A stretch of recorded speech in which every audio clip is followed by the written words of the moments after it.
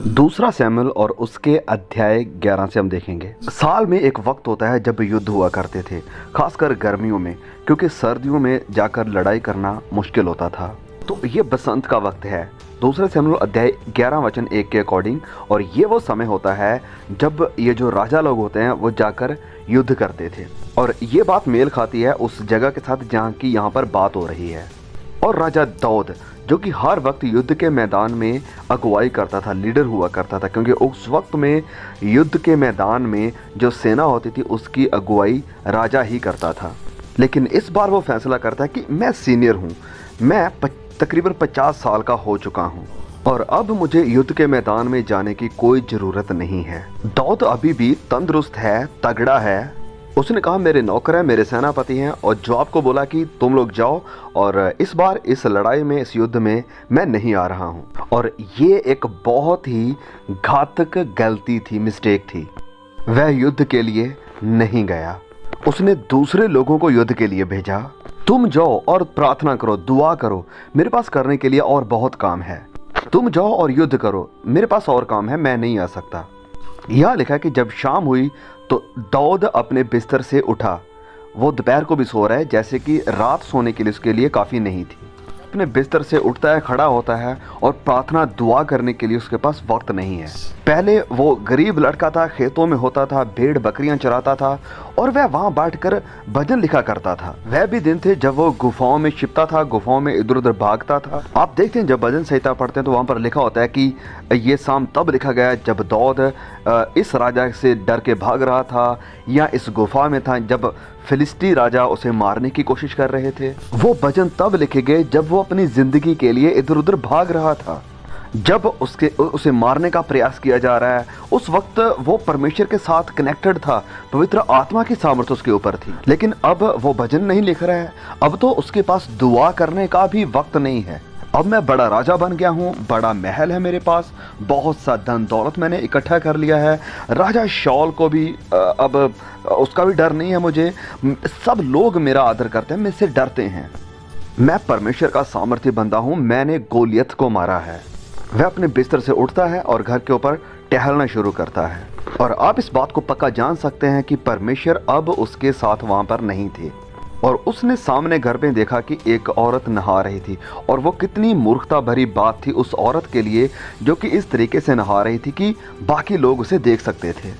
ये सारी आज की लड़कियां, औरतें जो कि अच्छी तरीके से ड्रेस नहीं पहनती हैं और अपने शरीर के अंगों को दिखाती हैं, ये सब इस बैतसैदा के रास्ते के ऊपर है, उसके पीछे चल रही हैं।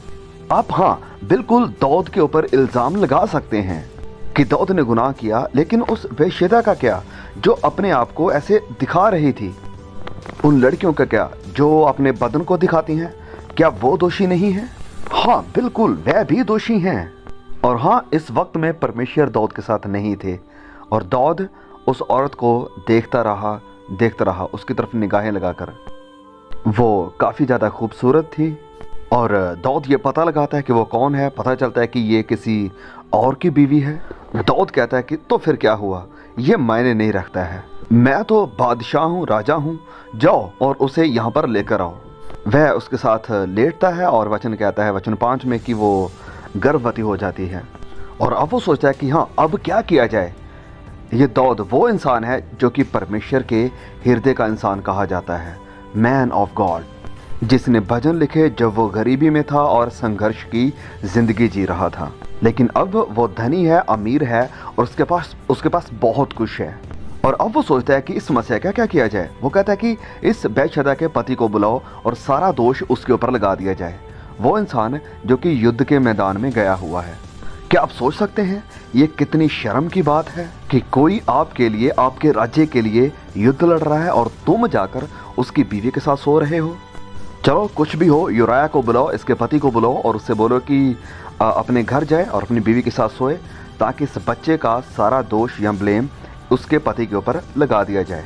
दाऊद यूराया से कहता है कि अपने हाथ पांव धो और जाओ, अपने घर चले जाओ। लेकिन यूराया नहीं गया, वह वहीं दाऊद के घर के बाहर ही सो गया। और ये यूराया दाऊद से, यानी अपने मास्टर से, खुदा के साथ, अपने राज्य के साथ ज़्यादा वफादार था, लेकिन कि वो वहीं पर सो गया।